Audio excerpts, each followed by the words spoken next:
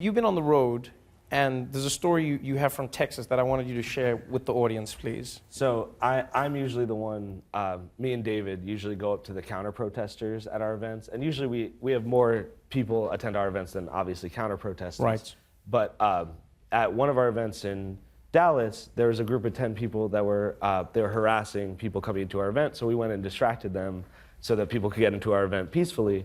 And at the end of our conversation, they all agreed, for the most part, with all of our policy. And so the next day in Houston, we were all excited to do that again, and the people were a little more hostile. Right. And so some of them were getting more heated, and then one of the women basically it's like always divided. Right. So it's like they're on the other side of the street, and we have a permit, so they like can't really come over to what we're doing. Uh-huh. And so Which is how life should be. Yeah. And they're mostly armed to the teeth. Like Right. they have like guns on. So they're trying to show you that, like, hey, the gun, yeah. The kids who survived the shooting. Like, I can fuck you up. Right. Yeah. And Sorry, so I cursed. I wasn't supposed to curse today. So I'm on the other side of the street now from our event, and I'm talking to this man. He's about 6'4", long beard. He has a camo skirt on, and he has a rifle, handgun, knife. And we're talking about extreme risk protection orders and red flag laws, and he's agreeing with what I'm saying. Right. And this woman was at our event on the other side, and she got in a screaming match with someone in a Moms Demand Action shirt, and she got kicked out of our event and was back on the other side. And she has a handgun on her waist, and she's pointing at me, and she's saying, he has to go back to his side of the street. And I'm like, I'm having a conversation, and she goes, no, he has to go back right now. And then this man, large man, scary man, puts his arm around me and says, he's staying, I like him. and she goes, no, he has to go right now. And he puts his hand on his gun, and she puts her hand on his gun, on her gun. Oh, shit. And I pick his hand up from my shoulder, and I start to walk away. But that was the only time on this entire tour where I feared for my life, because this was between two people who came to counter-protest us, and one guy who was willing to start something because she wanted me to leave.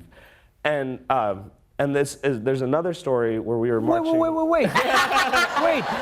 Where's Beardman now? Beardman, I don't know where he is now, but We don't know how the story ended. We lose no, track of this. I walked away to disarm the tension because they were about to have a shootout about me staying or not. No, Beardman was defending your life, and you just walked away. I didn't want that to happen right there. I didn't want a shootout to Have happen. you even tried to like search for him on Instagram or be like, yo, Beardman, Do you know how many we met, Beardmen you I had meet guns, on a I was daily young. I know he's fighting. I know he's fighting had for flowing extreme red risk hair. protection orders in Texas. now. Okay. What else has happened to you this Tell week? Crazy on the the road? NRA story. So it was Joaquin Oliver's 18th birthday. He was one of the victims, and Marjorie Stoneman Douglas. And if the shooting never happened, me, him, and our friend Jamal, who designed these shirts, would be selling T-shirts this summer. And so on his 18th birthday, we wanted to make it a really positive event, and we were going to be in Fairfax, so we had snow cones and sunflowers outside the NRA. And we had about 1,500 plus people come out, listen to music, they're painting, there's art, and then there's a barricade. We shut down the street. It was the first time that street has ever been shut down, ever. Right. And so we shut down that street, and on the other side, there's about 25 people armed with some kids there. And I wanted to go see who was over there, so I get to the barrier and I need to say real quick, they were screaming very profane things. They were screaming over people's speeches. They were calling us morons. They were screaming over Joaquin Oliver's father painting the mural that was 18 candles for his son's birthday, saying things like, you guys don't know anything about what you're talking about. I just need to set the stage. Thank you. So I have a snow cone and a sunflower, and I walk over to the barrier, and there's a few armed police officers there trying to disarm any tension. And I just look over, and I see this large woman with her arm around her daughter, and she's screaming, "Uranium One! Why aren't we talking about Uranium One?" And under her arm is this little girl, probably like 8 or 9 years old, in a Confederate flag T-shirt.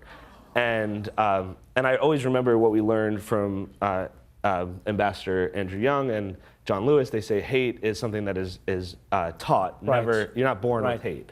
And so I'm looking at this girl, and that's what I'm thinking of, and this image will never leave my head because I look at her eyes, and I see all she wanted was a snow cone.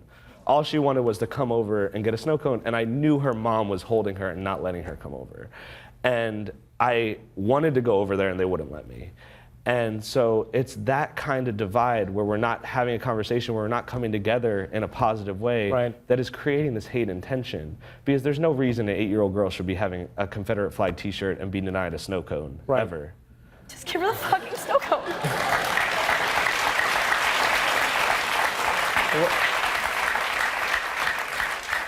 So did you eat the snow cone? I ate this.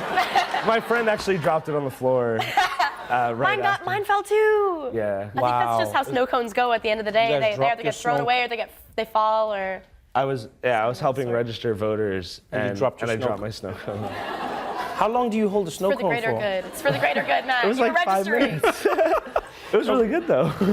Honestly, I love that you're out there talking to people, meeting with people. I'm sorry that people say some of the things they do to you because it's I've never seen something the way I've seen with these kids where people turn the victims into perpetrators somehow. It's honestly one of the weirdest morphings of an issue I've ever come across in my life. You mean like every other issue in America? Well, no, not genuinely, not like you say that, but you guys have been through. It's a special type of thing. So that's why I say, ordinary people doing extraordinary things. You guys are amazing. Man. Thank you so much.